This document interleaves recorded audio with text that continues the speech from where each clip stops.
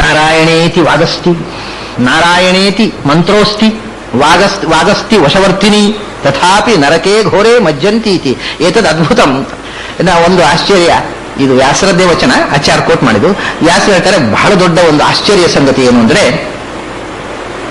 ಮನುಷ್ಯರು ನರಕಕ್ಕೆ ಹೋಗ್ತಾರಲ್ಲ, ಇದು ಭಾರಿ ಆಶ್ಚರ್ಯ ಸಂಗತಿ ಅಂತ ವ್ಯಾಸರಿಗೆ.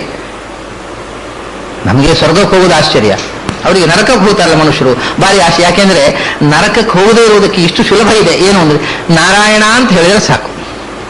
ನಾರಾಯಣೇತಿ ಮಂತ್ರೋಸ್ತಿ, ನಾರಾಯಣ ಮಂತ್ರ ಅದನ್ನು ಯಾರು ಬೀಗ ಹಾಕಿಟ್ಟಿಲ್ಲ, ಕಾಪಿ ರೈಟ್ ಯಾರಿಗೂ ಇಲ್ಲ, ಯಾರು ಹೇಳಬಹುದು. ನಾರಾಯಣ ಅಂತ ಹೇಳುವುದಕ್ಕೆ ಯಾರದು ಕಾಪಿ ರೈಟ್ ಇಲ್ಲ. ಅಲ್ಲಪ್ಪ ಹೇಳಿಗೂ ವಾಗಸ್ತಿ ವಶವರ್ತಿನಿ, ನಾಲಿಗೆಯನ್ನು ಕೊಟ್ಟಿದ್ದಾನೆ ಭಗವಂತ, ಅದರಲ್ಲಿ ಯಾರು ನಾರಾಯಣ ಅಂತ ಹೇಳಬೇಡ ಅಂತ ತಡೆಯೋರಿಲ್ಲ. ನಾವು ಹೇಳಿದ ಹಾಗೆ ಉಚ್ಚರಿಸುವ ನಾಲಿಗೆ ಇದೆ, ನಾರಾಯಣ ನಾಮ ಇದೆ, ಇಷ್ಟು ಇದೆರಡು ಒಟ್ಟಾದ್ರೆ ಸರಿ. ನಾಲಿಗೆಯಲ್ಲಿ ನಾರಾಯಣ ಅಂತ ಬಂದ್ರೆ ಸಾಕು. ಇಷ್ಟು ಸುಲಭ ಇದ್ದು ನಾರಾಯಣ ಅಂತ ಹೇಳಿದ್ರೆ ನರಕಕ್ಕೆ ಹೋಗ್ತಾರಲ್ಲ, ಇದು ಏನು ಕಥೆ, ನನಗೆ ಆಶ್ಚರ್ಯ ಅಂತಾರೆ.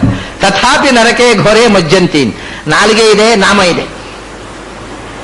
ಅದಕ್ಕೆ ಪದ್ಮಪುರಾಣದಲ್ಲಿ ಒಂದು ಮಾತಿದೆ ನೋಡಿ, ಸತ್ಯಂ ಸಾಧು ತಪಶ್ರುತಂಚ ಪರಮಂ ಕ್ಲೇಶಾದಿಭಿರ್ವರ್ಜಿತಂ ಸ್ವಾಧೀನಂಚ ಸುದುರ್ಲಭಂಚ ಜಗತಃ ಯತ್ ಸಾಧಾರಣಂ ಭೂಷಣಂ ಅಂತ.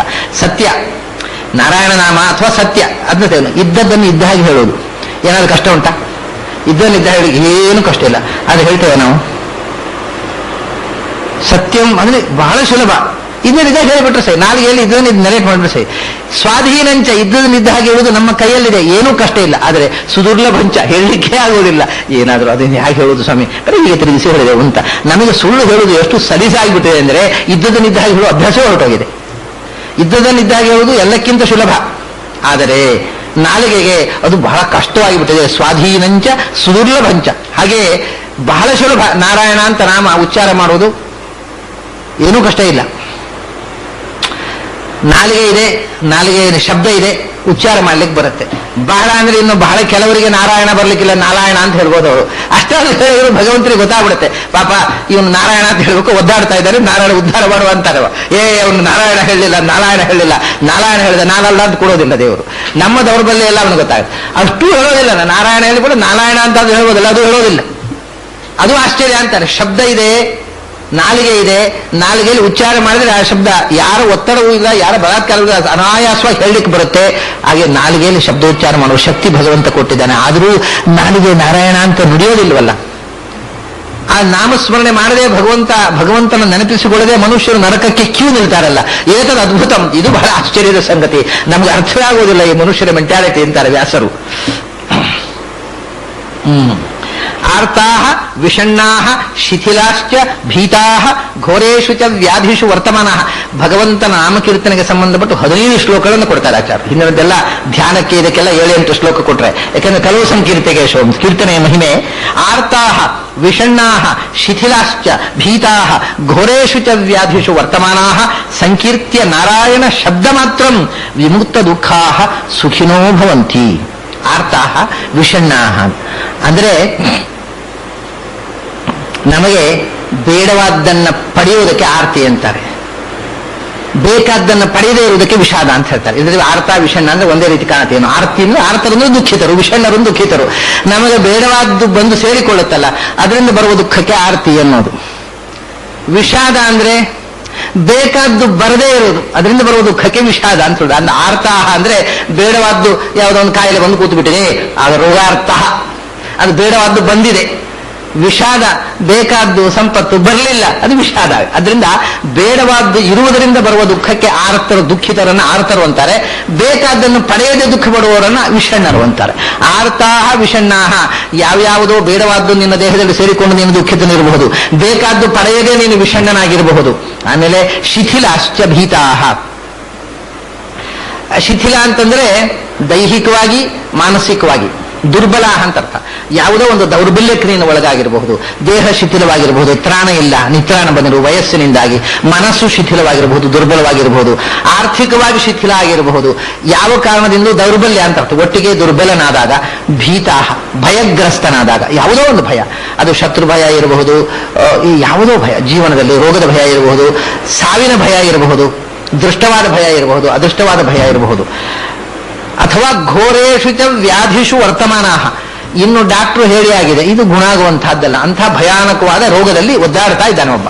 ಈ ಸ್ಥಿತಿ, ಇದು ಎಲ್ಲವೂ ಕೂಡ ಒಂಥರದ ಮನುಷ್ಯನಿಗೆ ದುರ್ಭರವಾದ ಒಂದು ಸ್ಥಿತಿ. ಆರ್ತಾ ವಿಷಣ್ಣಾ ಶಿಥಿಲಾ ಭೀತಾ ಘೋರೇಶು ಚ ವ್ಯಾಧಿಷು ವರ್ತಮಾನಾ. ಇಂಥವರು ಸಂಕೀರ್ತ್ಯ ನಾರಾಯಣ ಶಬ್ದ ಮಾತ್ರ ವಿಮುಕ್ತ ದುಃಖಾ ಸುಖಿನೋ ಭವಂತಿ. ಇಂಥ ಸಂದರ್ಭದಲ್ಲಿ ಇದನ್ನು ಪರಿಹಾರ ಬೇಕು ಅಂತಂದ್ರೆ ನಮಗೆ ಏನೇನೋ ಮಾಡ್ತೇವೆ ಪರಿಹಾರಕ್ಕೋಸ್ಕರ. ಯಾವ್ಯಾವುದೋ ವಿಧಾನಗಳು, ಯಾರೋ ಡಾಕ್ಟರ್ ಹತ್ರ ಹೋಗೋದು, ಯಾರೋ ಜೋಯಿಸರ ಹತ್ರ ಹೋಗಿ ಜಾತಕ ತೋರಿಸಿದಕ್ಕೆ ಏನು ಪರಿಹಾರ ಹೇಳ್ರಿ, ಅವ್ರು ಜೋಯಿಸರು ಒಂದಿಷ್ಟು ನಮ್ಗೆ ಇಷ್ಟು ಕೊಡ್ರಿ ನಾವು ಪರಿಹಾರ ಮಾಡ್ತೇವೆ ಅಂತ ಒಂದು 10,000 ರೂಪಾಯಿ ಕೊಟ್ಟು ನಿಮ್ಗೆ ಗ್ರಹಚಾರ ಎಲ್ಲ ಓಡಿಸಿಬಿಡ್ತೇವೆ ಅಂತ 10,000 ರೂಪಾಯಿ ತಗೋತಾರೆ. ಅವ್ರ ಗ್ರಹಚಾರ ಓಡಿತು, 10,000 ರೂಪಾಯಿ ಸಿಕ್ತು ಅವರಿಗೆ. ನಿಮ್ಮ ಗ್ರಹಚಾರ ಓಡುತ್ತೋ ಗೊತ್ತಿಲ್ಲ. ನಮ್ಮ ಗ್ರಹಚಾರ ಇದ್ದ 10,000 ರೂಪಾಯಿ ಇದು ಗ್ರಹಚಾರ ಹೋಯ್ತು ಅಷ್ಟೇ. ನಮ್ಮ 10,000 ರೂಪಾಯಿ ಗ್ರಹಚಾರ ಅವ್ರ ಕೈ ಹೋಯ್ತು, ಅವ್ರ ಗ್ರಹಚಾರ ಹೋಗಿ ಅವ್ರ 10,000 ರೂಪಾಯಿ ಸಿಕ್ಕಿತು, ಆರಾಮಾಗಿ. ಅದೇ ಈ ಪರಿಹಾರಗಳಿಗೆ ಯಾರ್ಯಾರಿಗೋ ಶರಣಾಗ್ತೇವೆ, ಯಾವುದೋ ಜ್ಯೋತಿಷಿಗೆ, ಯಾವುದೋ ಮಂತ್ರವಾದಿಗೆ, ಯಾವ ವೈದ್ಯರಿಗೆ, ಯಾರ್ಯಾರಿಗೋ ಶರಣಾಗ್ತೇವೆ. ಅವರು ಪರಿಹಾರ ಮಾಡ್ತಾರೇನೋ ನಮ್ಮ ಜೀವನದ ಸಮಸ್ಯೆಗಳನ್ನ. ಮತ್ತೆ ಪರಿಹಾರಕ್ಕೆ ಸುಲಭವಾದ ವಿಧಾನ ಇದೆ. ಸಂಕೀರ್ತ್ಯ ನಾರಾಯಣ ಶಬ್ದ ಮಾತ್ರ,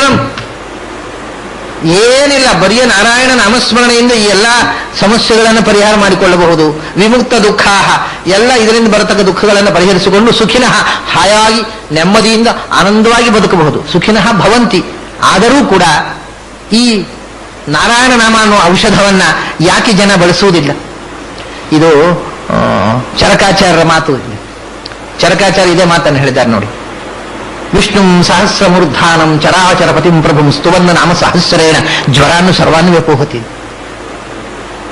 ಚರಕಾಚಾರ್ಯರು ದೊಡ್ಡ ವೈದ್ಯರು, ಅವರು ಔಷಧ ಹೇಳಬೇಕಿತ್ತು. ಅವರು ಎಲ್ಲ ಔಷಧಗಳನ್ನು ಹೇಳಿದರು ಚರಕ ಸಂಹಿತೆಯಲ್ಲಿ. ಕೊನೆಗೆ ಹೇಳುವುದೇನು? ಎಲ್ಲ ಔಷಧಗಳನ್ನು ಹೇಳಿ, ಇದೆಲ್ಲ ಒಂದೊಂದು ಔಷಧಕ್ಕೆ ಒಂದೊಂದು ಕಾಯಿಲೆಗೆ ಒಂದೊಂದು ಔಷಧ ಆಯ್ತಪ್ಪ.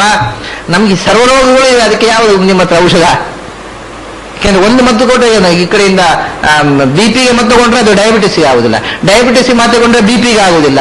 ಅದು ಯಾವ್ಯಾವುದೋ ಎಲ್ಲ ಇದೆ ಸ್ವಾಮಿ. ಯಾವ ಮಾತ್ರೆ ತಗೊಂಡ್ರೆ ಒಂದಕ್ಕೊಂದು ಕಾಂಟ್ರಡಿಕ್ಟರಿ ಆಗುತ್ತೆ. ಏನ್ ಮಾಡ್ಬೇಕು ಹೇಳ್ರಿ ಅಂದ್ರೆ ಅದೇ ನಮ್ಮದು ಬರಬೇಡಿ. ಮತ್ತೆ ಅದಕ್ಕೆ ಸಹಸ್ರನಾಮ ವಿಷ್ಣು ಸಹಸ್ರಮೂರ್ಧಾನಂ ಚರಾಚರಪತಿಂ ಪ್ರಭುಂ ಸ್ತುವನ್ನು ನಾಮ ಸಹಸ್ರೇಣ ಜ್ವರಾನ್ನು ಸರ್ವಾನ್ನು ವ್ಯಪೋಹತಿ ಅಂತ ವಿಷ್ಣು ಸಹಸ್ರನಾಮ ಪಠಿಸ್ರಿ.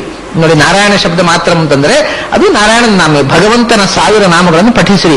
ಯಾವ ಕಾಯಿಲೆ ಇದ್ರೂ ಗುಣ ಆಗುತ್ತೆ ಅಂತ. ಇದನ್ನು ಹೇಳಿದ್ರೆ ವೇದವ್ಯಾಸರಲ್ಲ, ಮತ್ತೆ ಒಬ್ಬ ಡಾಕ್ಟ್ರು ಚರಕಾಚಾರ್ಯರು, ಡಾಕ್ಟರು ನಮ್ಮ ಮದ್ದು ಅದು ಒಂದು ಸೀಮಿತವಾದ ಶಕ್ತಿ ಅದರದ್ದು. ಕೆಲವು ಕಾಯಿಲೆಗಳಿಗೆ ಕೆಲವು ಮದ್ದು, ಎಲ್ಲ ಕಾಯಿಲೆಗಳಿಗೂ ಪರ್ಮನೆಂಟ್ ಕ್ಯೂರ್ ಬೇಕಾಗಿದ್ದರೆ ಅದಕ್ಕೆ ಭಗವಂತನ ವಿಷ್ಣು ಸಹಸ್ರನಾಮವನ್ನು ಪಠಿಸಿ, ಬೇರೆ ಯಾವ ಔಷಧವೂ ಇಲ್ಲ. ವಿಮುಕ್ತ ದುಃಖಾ ಸುಖಿನೋ ಭವಂತಿ ಅಂತ. ಇದು ಯಾವುದೋ ಒಂದು ರೀತಿಯ ಏನೋ ದೇವರ ನಾಮಸ್ಮರಣೆ ಮಾಡಿದ್ರೆ ರೋಗ ಗುಣ ಆಗುತ್ತೋ? ನಮಗೆ ಇಂಥದ್ದೆಲ್ಲ ಅತಿಶಂಕೆಗಳು ಬರ್ತಾವೆ. ದೇವ್ರ ನಾಮಸ್ಮರಣೆ ಮಾಡಿದ್ರೆ ಕಾಯಿಲೆ ಗುಣ ಆಗುತ್ತಾ? ಕಾಯಿಲೆ ಮದ್ದು ಮಾಡಬೇಕು, ಮದ್ದು ಮಾಡಿದ್ರೆ ದೇವ್ರ ನಾಮಸ್ಮರಣೆ ಕಾಯಿಲೆ ಗುಣ ಆಗುತ್ತೋ ಅಂತ. ಮದ್ದು ಮಾಡಿದ್ರೆ ಗುಣ ಆಗದೆ ಇರಬಹುದು, ಅದು ಬೇರೆ ವಿಷಯ. ಮದ್ದು ಮಾಡಿದ್ರೆ ಗುಣ ಆಗುತ್ತೋ ಅಂತ ನಾನು ಕೇಳ್ತೇನೆ. ಮದ್ದು ಮಾಡಿದ್ರೆ ಮದ್ದು ತಗೊಂಡವರು ಪರ್ಮನೆಂಟ್ ಆಗಿ ಗುಣ ಆಗುತ್ತೋ? ಸಾಯೋದಿಲ್ಲ. ಮದ್ದು ತಗೊಂಡವರು ಮದ್ದು ತಗೊಂಡು ಗುಣ ಆಗದೆ ಇರಬಹುದು. ಆಮೇಲೆ ದೇವ್ರ ನಾಮಸ್ಮರಣೆ ಮಾಡಿ ಗುಣ ಆಗಬಹುದು. ಎರಡು ಕಡೆಯಿಂದಲೂ ಎರಡೂ ಇದೆ. ಎರಡು ಕಡೆಯಲ್ಲೂ ಫೇಲ್ಯೂರ್ ಈಸ್ ಪಾಸಿಬಲ್. ಅದಕ್ಕೆ ಎರಡು ವಿಷಯ ಇದೆ. ಒಂದು, ಯಾವಾಗಲೂ ಶಾಸ್ತ್ರಕಾರ ಹೇಳ್ತಾರೆ, ಒಬ್ಬ ಮನುಷ್ಯನ ಹುಟ್ಟು ಸಾವು ಅನ್ನೋದು ಅದು ಪೂರ್ವ ನಿಶ್ಚಿತ. ಅದು ಯಾವ ನಾಮಸ್ಮರಣೆಯಿಂದಲೂ ಕೂಡ ಅದನ್ನು ಮೀರುವುದು ಸಾಧ್ಯ ಇಲ್ಲ. ಯಾವ ಔಷಧದಿಂದಲೂ ಅದನ್ನು ಮೀರುವುದು ಸಾಧ್ಯ ಇಲ್ಲ. ಆದರೆ ಕೆಲವು ಪಾಸಿಬಿಲಿಟೀಸ್ ಇರ್ತವೆ. ಅದು ಜಾತಕದಲ್ಲಿ ಹೇಳ್ತಾರೆ. ಏನು ಅಂದ್ರೆ, ಈ ಸಂದರ್ಭದಲ್ಲಿ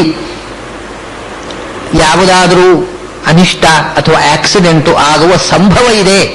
ಪಾಸಿಬಿಲಿಟೀಸ್ ಬೇರೆ, ಡೆಫಿನೇಷನ್ಸ್ ಬೇರೆ. ಇದು ನಿಶ್ಚಿತವಾಗಿರತಕ್ಕಂಥ ಅನಿಷ್ಟವನ್ನ ಯಾವ ಮಂತ್ರ ಜಪವು, ಯಾವ ಔಷಧವು, ಯಾವ ಹೋಮ, ಯಾವ ಪುಣ್ಯಕರ್ಮವೂ ಪರಿಹರಿಸುವುದಿಲ್ಲ.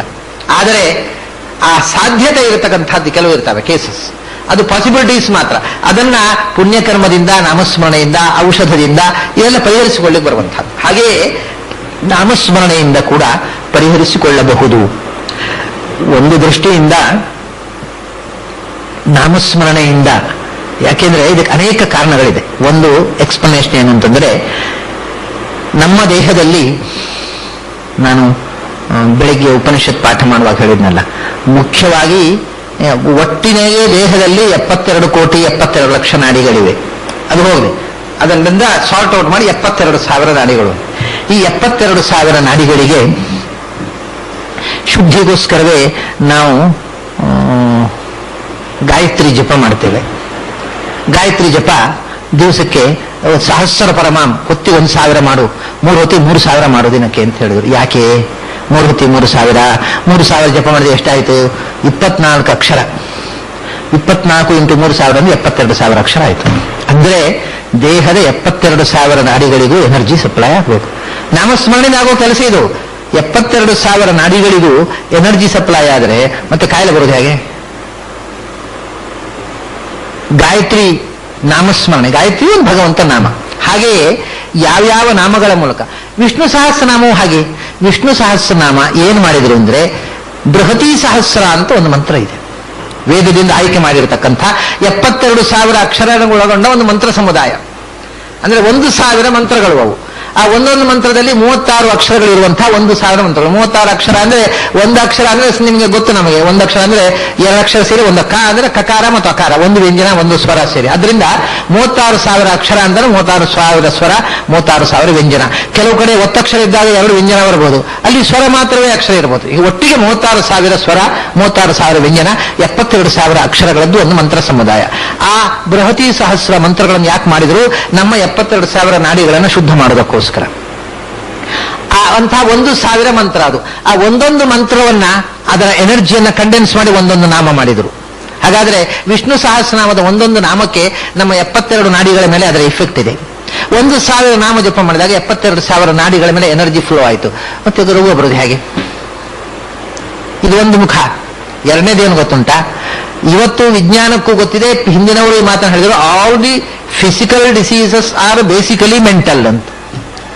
ಮನುಷ್ಯನ ದೇಹದಲ್ಲಿ ಬರತಕ್ಕ ಎಲ್ಲ ರೋಗಗಳು ಮೂಲಭೂತವಾಗಿ ಮಾನಸಿಕ. ಆದ್ರಿಂದ ಸೈಕೋಥೆರಪಿ ಮಾಡಿದರೆ ದೇಹದ ರೋಗ ತನ್ನಷ್ಟಕ್ಕೆ ಗುಣ ಆಗತ್ತೆ.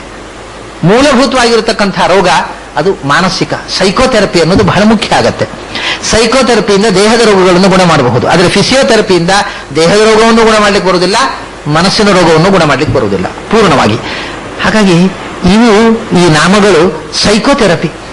ಅವನ ಮನಸ್ಸಿನ ಮೇಲೆ ನಾಮಸ್ಮರಣೆಯಿಂದ ಆಗತಕ್ಕಂಥ ಪರಿಣಾಮ ಉಂಟಲ್ಲ, ಅದು ಅವನಿಗೆ ಮನಸ್ಸಿಗೆ ದಾರ್ಢ್ಯವನ್ನು ಕೊಟ್ಟು ಸೈಕೋಥೆರಪಿ ಮಾಡಿ ರೋಗಗಳನ್ನು ಗುಣ ಮಾಡಿಬಿಡ್ತವೆ.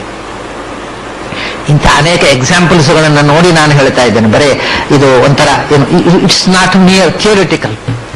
ನಾನು ಹೇಳ್ತಕ್ಕ ಈ ಮಾತಿನ ಹಿಂದೆ ನನ್ನ ಪ್ರಾಕ್ಟಿಕಲ್ ಎಕ್ಸ್ಪೀರಿಯನ್ಸ್ ಇದೆ. ಆ ನಾಮಗಳಿಂದ ಗುಣ ಆದದ್ದು ಅಥವಾ ಇಂಥ ಅನೇಕ ದೃಷ್ಟಾಂತಗಳು, ಇದನ್ನು ಪ್ರಯೋಗ ಮಾಡಿ ಅದನ್ನು ಅನುಭವಿಸಿ ನಾನು ಹೇಳ್ತಾ ಇದ್ದೇನೆ. ಔಷಧಕ್ಕಿಂತ ಹೆಚ್ಚು ಪರಿಣಾಮಕಾರಿಯಾಗಿಬಿಡುತ್ತೆ ಅದು.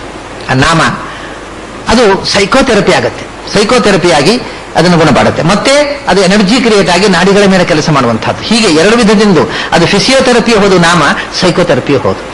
2 ಥೆರಪಿ ಆಯ್ತು ಅಂದ್ರೆ ಮತ್ತೆ ಕಾಯಿಲೆ ಹಾಗೆ ಉಳಿಬೇಕು. ನಾಮ ಅನ್ನೋದು ನನ್ನ ಮನಸ್ಸಿನ ಮೇಲೆ ಭಗವಂತನ ನಾಮಸ್ಮರಣೆಯಿಂದ ಆಗ್ತಕ್ಕಂಥ ಪರಿಣಾಮ ನನ್ನಲ್ಲಿ ಒಂಥರದ ಕನ್ವಿಕ್ಷನ್ ಬೆಳೀತದೆ, ದಾರ್ಢ್ಯ. ಭಗವಂತನ ನಾಮಸ್ಮರಣೆ ಮಾಡ್ತಾ ಇದ್ದೇನೆ ನಾನು, ಯಾವ ಕಾಯಿಲೆಯೂ ನನ್ನನ್ನು ಕಾಡುವ ಸಾಧ್ಯ. ನನ್ನ ಮನಸ್ಸಿನ ಒಂದು ಕನ್ವಿಕ್ಷನ್ ಉಂಟಲ್ಲ, ಅದು ಯಾವ ಕಾಯಿಲೆಯನ್ನು ಗುಣ ಮಾಡಬಲ್ಲದು. ಇದು ಸೈಕೋಥೆರಪಿ. ಮತ್ತೊಂದು ಅದರ ಎನರ್ಜಿ, ನಾಮದ ವೈಬ್ರೇಷನ್ ಇಂದ ಫಿಸಿಯೋಥೆರಪಿ ಇದು. ಸೊ ಒಂದೊಂದು ನಾಮಸ್ಮರಣೆಯಿಂದಲೂ ಇದೆಲ್ಲ ಎಕ್ಸ್ಪ್ಲೈನ್, ನಾಮಸ್ಮರಣೆಯಿಂದ ದೇಹದ ಮೇಲೆ ಹೇಗೆ ಪರಿಣಾಮ ಎಕ್ಸ್ಪ್ಲೈನ್ ಮಾಡಿದ್ರೆ ಅದು ಹೇಗೆ ಗುಣ ಆಗ್ತದೆ ಬಹಳ ಸಹಜ. ಅದು it is both psychotherapy and physiotherapy. 2 therapy ಆಗುತ್ತೆ ನಾಮಸ್ಮರಣೆ ಮಾಡುವಾಗ. ಕಾಯಿಲೆಗಳು ತಂತಾನೆ ಓಡಿಬಿಡ್ತವೆ. ಈ ನಿಮಗೆ ಒಂದು ದೃಷ್ಟಾಂತ ಹೇಳ್ಬೇಕು. ನಾನು ಹಿಂದೆ ಹೇಳಿದ್ರು, ಇನ್ನೊಮ್ಮೆ ನೆನಪಿಸ್ಬೇಕು. ಹಿಂದೆ ಹೇಳಿರ್ಬೋದು ನಾನು. ನನ್ನ ಸಹಪಾಠಿ, ನನ್ನ ಸ್ನೇಹಿತ ಒಬ್ಬ, ಅವನ ತಾಯಿಗೆ ಕೆಮ್ಮು ಶುರುವಾಯಿತು. ಕೆಮ್ಮು ಏನು ಮಾಡಿದ್ರೂ ನಿಲ್ಲಿಲ್ಲ. ಡಾಕ್ಟರ್ಗಳ ಹತ್ರ ಹೋಗಿ ತೋರಿಸಿದ್ರು ಕೆಮ್ಮಿಗೆ. ಡಾಕ್ಟರ್ಗಳು ಬೇರೆ ಬೇರೆ ರೀತಿ ಮದ್ದು ಕೊಟ್ಟರು, ಇಂಜೆಕ್ಷನ್ ಕೊಟ್ಟರು, ಏನು ಮಾಡಿದ್ರು ಕೆಮ್ಮು ನಿಲ್ಲಿಲ್ಲ. ಕೆಮ್ಮು ಯಾಕೆ ಅಂತ ಟ್ರೇಸ್ ಮಾಡೋದೇ ಆಗಲಿಲ್ಲ ಡಾಕ್ಟರ್ಗಳಿಗೆ. ಕಡೆ ಒಬ್ರು ಡಾಕ್ಟರ್ ಬಂದರು ಉಡುಪಿಗೆ, ಶ್ರೀನಿವಾಸಯ್ಯ ಅಂತ, ಒಳ್ಳೆಯ ಡಾಕ್ಟರ್. ಈ ಹೆಣ್ಮಗಳನ್ನ ಮುದುಕಿಯವರು, ನನ್ನ ಸ್ನೇಹಿತನ ತಾಯಿ ಮುದುಕಿಯವರು, ವಿಧವೆ. ಅವನ್ನ ಕರ್ಕೊಂಡು ಹೋದ ಮಗ. ಅವು ಯಾವಾಗ ಅವ್ರು ಡಾಕ್ಟರ್ ಹೋಗೋಣ 60-65 ವರ್ಷ. ಆ ಡಾಕ್ಟ್ರು ಏನಮ್ಮ ಅಂತ ಕೇಳಿದ್ರು. ಕೆಮ್ಮು ಡಾಕ್ಟ್ರೇ. ಅವ್ರ ತಕ್ಷಣ ಏನು ಹೇಳಿದ್ರು, ಪರೀಕ್ಷೆ ಮಾಡಲಿಲ್ಲ. ಅವ್ರ ಮಿಕಾಸಿಟಾಲ್ ಅಂತ ಏನೋ ಒಂದು ಬರ್ಕೊಟ್ರು. ಅದು ಈಗ ಮಿಕಾಸಿಟಾಲ್ ಅನ್ನುವಂಥದ್ದು ಔಷಧವೇ ಕಂಪನಿಯೇ ದಿವಾಳಿ ಆಗಿದೆ. ಅದು ಪ್ರಾಯ ಅದು ತಗೊಂಡುಕೊಳ್ಳೆ ಕೆಮ್ಮು ಎಲ್ಲ ಗುಣ ಹೋಯ್ತು, ಆಮೇಲೆ ಅದನ್ನು ಯಾರು ತಗೊಳ್ಳೋರಿಲ್ಲ ಅಂತ ಆಯ್ತೇನೋ. ಈ ಯಾವಾಗಲೂ ಯಾವ ಮದ್ದು ತಗೊಂಡ್ರೆ ರೋಗ ಗುಣ ಆಗುವುದಿಲ್ವೋ ಆ ಔಷಧ ಯಾವಾಗಲೂ ಕಾಯಮಾಗಿರ್ತದೆ.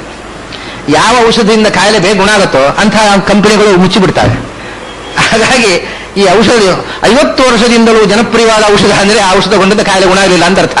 ಆ ಅಡ್ವರ್ಟೈಸ್ಮೆಂಟ್ ಬರುತ್ತಲ್ಲ, ಅದು ರೋಗ ಮತ್ತು ಹೆಚ್ಚುತ್ತಾ ಇದೆ ಅಂತ ಅರ್ಥ. ಅದು ಒಳ್ಳೆಯ ಅಡ್ವರ್ಟೈಸ್ಮೆಂಟ್ ಏನೋ ಅಲ್ಲ. ಹಾಗೆ ಅಲ್ಲಿ ಮೆಕಾಸಿಟಾಲ್ ಅನ್ನುವಂಥ ಔಷಧವೇ ಇಲ್ಲ ಈಗ. ಹೋಗಲಿ, ಅವ್ರು ಏನು ಹೇಳಿದ್ರು ಗೊತ್ತುಂಟ, ಮದ್ದಿಗಿದ್ದವ್ರು ತಗೊಳ್ಳೇ ಇಲ್ಲ. ಅವ್ರು ಬರ್ಕೊಟ್ರು ಒಂದು ಮಾತು ಹೇಳಿದ್ರು, ಏನು ಅಂದ್ರೆ, ನೀವು ಅವ್ರು ನೋಡಿದ ತಕ್ಷಣ ಅವರು ವಿಧವೇ ವೈದಿಕ ಮನೆತನದ ಹೆಂಗಸು, ನೀವು ದೇವರ ಹತ್ರ ಇರುವವರು, ನೀವು ದೇವರ ಹತ್ರ ಕೆಮ್ಮ ಗುಣವಾಡೋ ದೇವರು ಅಂತ ಹೇಳಿದ್ರೆ ನನ್ನ ಹತ್ರ ಯಾಕೆ ಬಂದ್ರಿ ಅಂತ ಕೇಳಿದ್ರು. ಇಷ್ಟೇ ವಿಷಯ ಅವ್ರು ಹೇಳಿದ್ರು. It is A psychotherapy. ಅವರು ನೀವು ದೇವರ ಹತ್ರ ಕೇಳೋದ್ ಬಿಟ್ಟು ನಮ್ಮ ಹತ್ರ ಯಾಕೆ ಬಂದ್ರಿ ಅಂತ ಇಷ್ಟೇ ಮಾತು ಹೇಳಿದ್ದು. ಆ ಮುದುಕಿಗೆ ಅಷ್ಟೋ ತನಕ ನಾವು ಮನೆಯಲ್ಲೇ ದೇವರಿದ್ದಾರೆ ದೇವ್ರ ಕೇಳಬೇಕು ಹೊಳೆದಿರ್ಲಿಲ್ಲ. ಈ ಡಾಕ್ಟರ್ ಹೇಳಿಬಿಟ್ರಲ್ಲ, ಗಟ್ಟಿಯಾಗಿ ಅದು ಮನಸ್ಸಿಗೆ ಗಟ್ಟಿ ಕೂತಿತು. ಹೋಗಿ ದೇವರ ಹತ್ರ ಪ್ರಾರ್ಥನೆ ಮಾಡಿದ್ರು. ತಮಾಷೆ ಏನು ಅಂದ್ರೆ, ಅಷ್ಟೋ ತನಕ ಯಾವ ಇಂಜೆಕ್ಷನ್ ನಿಂದರು, ಯಾವ ಔಷಧ ಗುಣಾಗರಿ ಇದ್ದಂತ ಕೆಮ್ಮು ಮರುದಿವಸ ಇನ್ನೂ ಸ್ಟಾಪು, ಆಮೇಲೆ ಸಾಯೋ ತನಕ ಕೆಮ್ಮಲಿಲ್ಲ ಹೆಂಗಸು. ಇದು ನನ್ನ ಸ್ನೇಹಿತನ ತಾಯಿ, ನನ್ನ ಕಣ್ಣಾರ ಕಂಡಂತ ಹೆಂಗಸಂಡು. ದೇವರ ಹತ್ರ ನೀವು ರಿಕ್ವೆಸ್ಟ್ ಮಾಡ್ರಿ, ನಮ್ಮ ಹತ್ರ ಯಾಕೆ ಬರ್ತೀರಿ ಅಂತ ಹೇಳಿದ್ದ ಡಾಕ್ಟ್ರು. ಸಾಮಾನ್ಯವಾಗಿ ಡಾಕ್ಟರ್ಗಳು ಹೇಳೋದಿಲ್ಲ ಹಾಗೆ, ಯಾಕಂದ್ರೆ ದೇವರ ಹತ್ರ ಹೋಗಿ ಹೇಳ್ಬಿಟ್ಟು ಇದು ವ್ಯಾಪಾರ ಆಗ್ಬೇಕಲ್ಲ. ಯಾವ ಡಾಕ್ಟ್ರು ಹಾಗೆ ಹೇಳೋದಿಲ್ಲ. ಅವರು ತುಂಬಾ ಒಳ್ಳೆಯ ಡಾಕ್ಟ್ರು. ನೀವು ದೇವ್ರ ಹತ್ರ ಇರೋರು ನಮ್ಮ ಹತ್ರ ಯಾಕೆ ಬರ್ತೀರಿ, ನೀವು ದೇವ್ರ ಹತ್ರ ನಿಮ್ಮ ಅರ್ಜಿ ಹಾಕರಿ, ನಮ್ಮ ಕೆಮ್ಮು ಗುಣ ಮಾಡುವಂತ ಅವ್ರು ಮಾಡ್ತಾನೆ ಅಂತ ಹೇಳ್ಬಿಟ್ಟು ಅವರು ಅರ್ಜಿ ಹಾಕಿದ್ರು, ಗುಣ ಹೋಯ್ತು.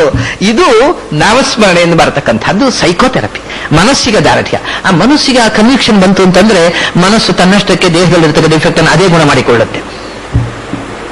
ಕೆಮ್ಮು ಬಿಡ್ರಿ, ಟ್ಯೂಮರು, ಕ್ಯಾನ್ಸರ್ನ ಟ್ಯೂಮರು, ಮನಸ್ಸಿನ ಕನ್ವಿಕ್ಷನ್ ನಿಂದ ಕ್ಯಾನ್ಸರ್ನ ಟ್ಯೂಮರ್ ಗುಣ ಮಾಡಿಕೊಳ್ಳಬಹುದು.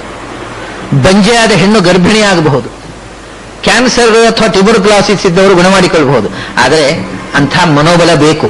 ಇದು ಎಲ್ಲರಿಗೂ ಸಾರ್ವಜನಿಕವಾಗಿ ಮಾಡ್ರಿ ಅಂತ ಹೇಳುವಂತಹದ್ದಲ್ಲ. ಯಾಕಂದ್ರೆ ಅಷ್ಟು ಮನೋಬಲ ಎಲ್ಲರಿಗೂ ಇರೋದಿಲ್ಲ. ಆದರೆ ಇಟ್ ಈಸ್ ಪಾಸಿಬಲ್ ಅಂತ ಅಂಥ ಮನೋಬಲ ಬೆಳೆಸಿಕೊಂಡ್ರೆ ಅಂಥ ಮನೋಬಲವನ್ನ ಭಗವಂತನ ನಾಮಸ್ಮರಣ ಕೊಡುತ್ತೆ. ಭಗವಂತನಲ್ಲಿ ಭರವಸೆ, ರಕ್ಷತೀತ್ಯೇವ ವಿಶ್ವಾಸ. ಶರಣಾಗತಿ ಅಂದ್ರೆ ಏನು? ಭಗವಂತ ರಕ್ಷಿಸ್ತಾನೆ ಅನ್ನತಕ್ಕಂಥ ಕನ್ವಿಕ್ಷನ್ ಅದು ಬಂತು ಅಂತಂದ್ರೆ ಮನಸ್ಸಿಗೆ ಅಪಾರವಾದ ಶಕ್ತಿ ಬಂದ್ಬಿಡುತ್ತೆ, ಅದು ಕೆಲಸ ಮಾಡುತ್ತೆ. ಅದನ್ನೇ ಆಚಾರ್ಯ ಹೇಳಿದ್ದಲ್ಲಿ, ಆರ್ತಾಹ ವಿಷಣ್ಣಾಹ ಶಿಥಿಲಾಶ್ಚ ಭೀತಾಹ ಘೋರೇಶು ಚ ವ್ಯಾಧಿಷು ವರ್ತಮಾನಾಹ ಸಂಕೀರ್ತ್ಯ ನಾರಾಯಣ ಶಬ್ದ ಮಾತ್ರ. ಅದು ಇದರಲ್ಲಿ ಆಲಂಕಾರಿಕವಾದ ಅತಿಶಯೋಕ್ತಿಯೇ ಇಲ್ಲ. 100ಕ್ಕೆ 100ರಷ್ಟು ಪ್ರಾಕ್ಟಿಕಲ್ ಆಗಿರತಕ್ಕಂಥ ಮಾತಿದು. ನಾಮಸ್ಮರಣೆಯಿಂದ ಫಿಸಿಯೋಥೆರಪಿ, ಸೈಕೋಥೆರಪಿ ಎರಡೂ ಆಗುತ್ತೆ. ವಿಮುಕ್ತ ದುಃಖಾಹ, ಈ ಇಹದಲ್ಲಿಯೂ ರೋಗದಿಂದಲೋ ಬೇರೆ ಯಾವುದೋ ಕೊರತೆಯಿಂದಲೋ ಇರತಕ್ಕ ದುಃಖ ಪರಿಹಾರ ಆಗತ್ತೆ. ಪರದಲ್ಲಿ ನಾರಾಯಣ ನಾಮಸ್ಮರಣೆಯಿಂದ ದುಃಖರಹಿತವಾದ ಸುಖ ರೂಪವಾದ ಮೋಕ್ಷ. ಇಹದಲ್ಲಿಯೂ ದುಃಖ ನಾಶ, ಪರದಲ್ಲಿ ನಿತ್ಯಾನಂದ ಪ್ರಾಪ್ತಿ. ವಿಮುಕ್ತ ದುಃಖಾಹ ಸುಖಿನೋ ಭವಂತಿ.